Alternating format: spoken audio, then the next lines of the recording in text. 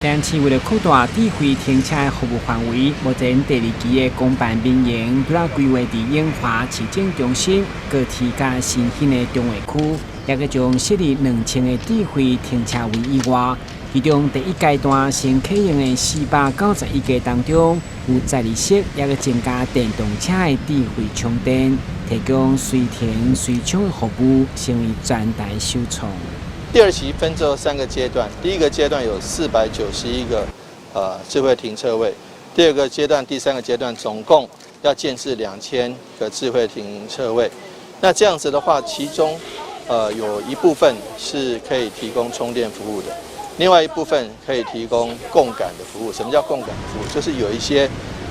萤幕，这个有一些包括市政的部分，包括这个防疫的部分等等的部分，有些资讯的双向交流，那这个共感的智慧停车柱都可以提供。那让停车柱不只是停车柱，还有发挥更多的功能。